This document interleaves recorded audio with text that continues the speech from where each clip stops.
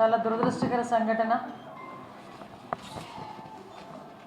Bus number DDO 1N9490 Vemuri Kaveri travels. యాక్చువల్గా మనకి around Hyderabad నుంచి బెంగళూరు ప్రయాణమవుతున్న బస్సు ఎర్లీ మార్నింగ్ మనకి 3 to 3:15 మధ్యలో ఇక్కడ ఒక యాక్సిడెంట్కి గురవడం చాలా బాధాకరమైన విషయం. ఆ యాక్సిడెంట్ కూడా మనకి చూస్తే ఒక ఎదురుగా వస్తున్న బైక్ని ఢీకొని కొంత దూరం ఒక 15 to 20 మీటర్స్ అది కొంచెం ముందుకు తీసుకెళ్ళటం, దాంట్లో వచ్చిన స్పార్క్ మన ప్రాథమిక విచారణ ప్రకారం వచ్చిన ఇన్ఫర్మేషన్ మీకు చెప్తున్నాం. దాంట్లో చిన్న స్పార్క్ వల్ల కొంచెం దాంట్లో మంటలు చెలరేగటం, ఆ మంటల్లో చెలరేగి అక్కడ చాలామంది సుమారుగా మనకి 19 మంది 17 మంది పెద్దవాళ్ళు 2 చిన్నపిల్లలు చనిపోవటం అనేది నిజంగా చాలా దురదృష్టకరమైన సంఘటన. ఈ సంఘటనకి సంబంధించి మనకి మ్యాక్సిమం మార్నింగ్ 3 o'clock నుంచి 3:15 టైంలో ఇన్సిడెంట్ జరిగిన తర్వాత 3:21కి ఆ నియర్ బై ఉన్న సిఐకి ఇన్ఫర్మేషన్ వచ్చింది. వెంటనే పోలీస్ డిపార్ట్మెంట్ వాళ్ళు, అదేవిధంగా మన ఫైర్ డిపార్ట్మెంట్ వాళ్ళు అందరూ కూడా చిన్నటేకూరు విలేజ్కి చేరుకుని రెస్క్యూ ఆపరేషన్స్ కూడా చేయడం జరిగింది.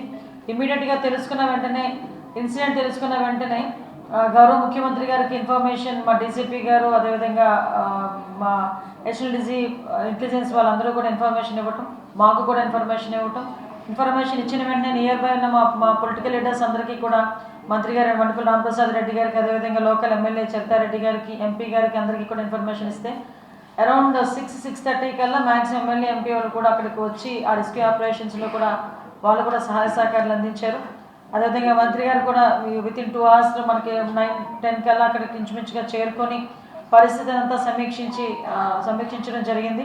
ఓవరాల్గా చూస్తే టోటల్ పాసెంజర్స్ బస్సులో 39 మంది పెద్దవాళ్ళు, 4 చిన్నవాళ్ళు, 2 అన్ఐడెంటిఫైడ్ ఉన్నారు. ఈ అన్ఐడెంటిఫైడ్ కూడా ఏంటంటే ఆరామ్ గారు అని చెప్పి చౌరాస్తా దగ్గర 2 కూడా ఎక్కడం జరిగింది. అందులో ఒకరు దిగిపోయారు, ఒకరు ఉన్నారు అందులో. సో తర్వాత మనకి సర్వైవర్స్ చూసుకుంటే మ్యాక్సిమం మంటలు చల్లగానే ఎక్స్ట్రా డ్రైవర్ వచ్చి కొంచెం వెనకాతలో ఉన్న ఎగ్జిట్ డోర్ని కొంచెం బలంగా పగలగొట్టడం, తర్వాత వీళ్ళందరూ కూడా కొంచెం చాలామంది రెస్క్యూ ఆపరేషన్స్ చేసుకుని వాళ్ళగా కొంతమంది బయటకు కూడా రావడం జరిగింది.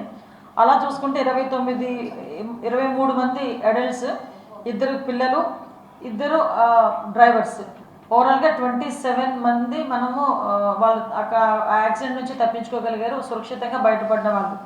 అదేవిధంగా ఈరోజు ఇందులోని ఇంజూర్డ్ పర్సన్స్లోని సుమారుగా 9 మంది ట్రీట్మెంట్లో ఉన్నారు. అందరూ కూడా స్టేబుల్గా ఉన్నారు. అందులో 6గురిలో ఒక 3కి ఫ్రాక్చర్స్ అయినాయి, వాళ్ళందరూ కూడా మన GGH హాస్పిటల్లో ఉన్నారు. ఒక 3 ఆకాష్ హాస్పిటల్లో ట్రీట్మెంట్ తీసుకుంటున్నారు. ఓవరాల్గా చనిపోయిన వాళ్ళలో కూడా మనం చూసుకుంటే 17 మంది పెద్దవాళ్ళు చనిపోయారు, 2 చిన్నపిల్లలు చనిపోయారు. అందులో 6గురు మనకి ఆంధ్రప్రదేశ్ నుంచి ఉన్నవాళ్ళు. అందులో ఒకరు బాపట్ల దాత్రి ఏజ్ 27 years. నెల్లూరులో ఒక ఫ్యామిలీ రమేష్ అన్న పేరెంట్స్, వాళ్ళ children Shashank and Mamata. Next Konaseema నుంచి శ్రీనివాస్ రెడ్డి 40 years రావులపాలెం. వీళ్ళతో పాటు 6గురు తెలంగాణ నుంచి, ఒకరు ఒడిస్సా నుంచి, ఒకరు బీహార్ నుంచి, 2 తమిళనాడు నుంచి, ఇంకొక 2 కర్ణాటక నుంచి. వీళ్ళు కాక ఒకటి అన్ఐడెంటిఫైడ్ బాడీ ఒకటి ఉంది. సో ఇది మొత్తం లిస్ట్ అండి. ఇమీడియట్గా తెలుసుకున్న వెంటనే మన కేసు కూడా రిజిస్టర్ చేయడం జరిగింది. ఆ రిజిస్టర్ జరిగిన తర్వాత అక్కడ ఎంక్వైరీ చేశారు. డ్రైవర్ కూడా మా కస్టడీలో ఉన్నారు. వాళ్ళు చెప్పిన ప్రాథమిక సమాచారం మేరకు అక్కడి నుంచి కూడా మనకు ఎంక్వైరీ జరుగుతుంది, ఇన్వెస్టిగేషన్ జరుగుతుంది. ఈరోజు ఇందాక మేమందరం కూడా వచ్చి అక్కడ స్పాట్ కూడా చూడటం జరిగింది.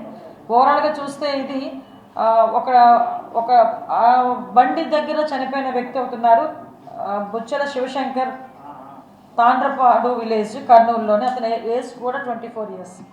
సో ఇది కాక మనం చూసుకుంటానంటే ఒకసారి ఓవరాల్గా వీటన్నిటినీ కూడా మ్యాక్సిమం, ఎందుకంటే బాడీస్ అన్నీ కూడా పూర్తిగా కాలిపోయినాయి, అంటే మనం గుర్తుపట్టడానికి కూడా వీలు లేకుండా ఉన్నాయి పొజిషన్లో ఉన్నాయి.